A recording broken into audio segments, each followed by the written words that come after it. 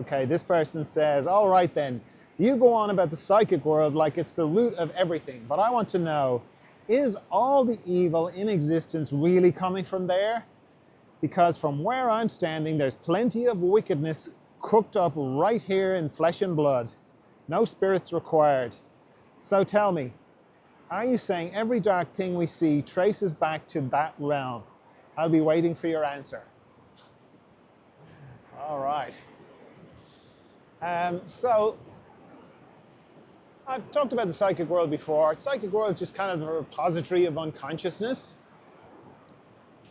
And it's got all the good stuff and all the bad stuff in it as well. It's more real than here, meaning that, you know, when you close your eyes and you pull back in meditation or in deep dreamless sleep, you pull back to somewhere, and where it's like, I think of it in terms of strata, you know, like you see a cross section of the earth or of land.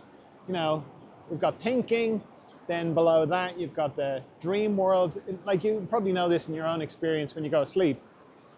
So you're thinking, and your thinking becomes a little bit fantastic as you drift into dream. You're going through the dream world. I'm just calling them worlds just to separate them. And at the bottom of the dream world, your dreams become very impersonal. You're with people, you don't know who they are, but you know them. And then you look down and you're like, oh, I'm a different gender. And I know this place, but I don't know this place. You know, that kind of thing. So you sort of drifting into the psychic world. Then you get into the psychic world, and there's all sorts of different things there. You can have amazing experiences, and you can have terrifying experiences as well. And then at some point, you drop out the bottom of the psychic world into the mystery, what I call the mystery. Deep, dreamless sleep, where you have no body, no mind, no personality, no worries, no nothing. Nothing to speak of. It's a bit like what we consider to be death. And yet we love it. We can't wait to go there. And when we come back from there, we're refreshed. And when we come back, we make the same journey. We come up through the psychic world, up through the dream world, up through the thinking world, and then our eyes pop open, and here we are back in this. So, as far as I can see, we're all working through unconsciousness. It's almost like we go through it's like heaven is like IKEA, you know. And you're in the restaurant in IKEA, and there's the cafeteria, you know, of unconsciousness, and you're waiting in line, and the person in front of you says, yes, I'd like 5 kilos of unconsciousness. I'm going to spend my whole life working through these 5 kilos of unconsciousness. And you're like, whoa, that sounds like a lot. I think I'll have a little bit less. I'll just have 2, thank you. 2 kilos, please. So you get your 2 kilos of unconsciousness. And the person behind you says, oh, well, I'll just have half a kilo, okay? And if you happen to meet these people in life, the person in front of you might be very unconscious. And you're like, oh, this person is just not so not on my wavelength. They just don't get me. And then the person behind you, if you bumped into them, they would seem like they're glowing because they've got so little unconsciousness, okay? So it's not just random unconsciousness. We seem to collect unconsciousness that's very helpful for us in whatever it is that we're trying to figure out about ourselves. It seems it's tailor-made, the bits of unconsciousness.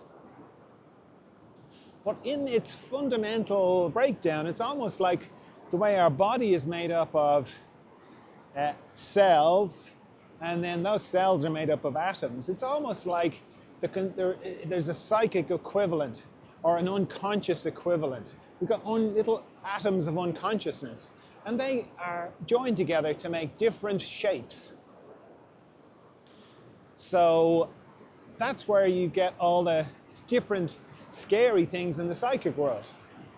But we've got unconsciousness in us, and then there's unconsciousness things in the psychic world.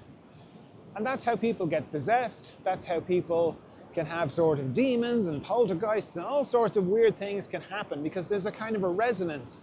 So it's not a case of like, oh, I'm being attacked by the psychic world, or evil is in the psychic world, or whatever. To me, it's just unconsciousness.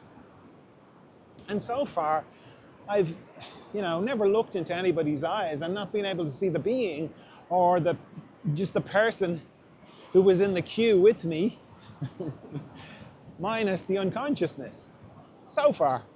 So I've met people who've been very disturbed. I've worked with people who've been very disturbed. I've worked with people who you could consider, who other people might consider evil. I've worked with people who have done terrible things. But for me, anyway, I've never had that feeling of like, oh, I was looking into the eyes of pure evil.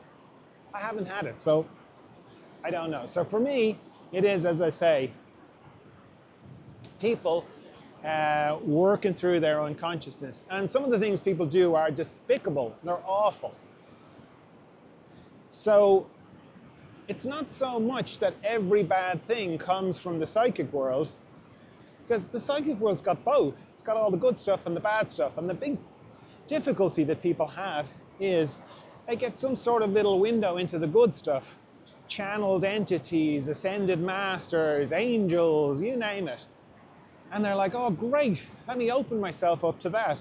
Unfortunately, there's no filter. Once you open yourself up to that stuff, all the hobgoblins and the demons come through the same portal. And I've had loads of people tell me, oh, no, I can filter it, I can filter it. I've never seen anybody do it. Eventually, if you open yourself to the psychic world at all, you'll get the lot. And the sad thing is that you don't need it anyway, because the mystery's got everything. It's just not as interesting. There's a lot less to think about. Another way I like to think about it is everything in the psychic world is kind of fixated on existence. Why are ascended masters bothering to channel? Why are they channeling, giving us all this great information, all this great insight? If you know about the mystery, and it all comes from the mystery anyway, why not just go into the mystery? Make the full journey. So, any ascended masters or any channeled entities listen to this, go into the mystery. Go all the way. Make the whole journey. So, the whole idea of evil being in the mystery, or being in the psychic world, no, I don't think so. I'm not saying that. There's a resonance, and it's probably better to think of it in terms of just little energetic atoms of unconsciousness that configure themselves in different ways. And it can cause people to do all sorts of terrible things, but at the center, in my experience, everybody's beautiful, everybody's good, and they just have varying amounts of unconsciousness. And sometimes the unconsciousness is so much that they do terrible things.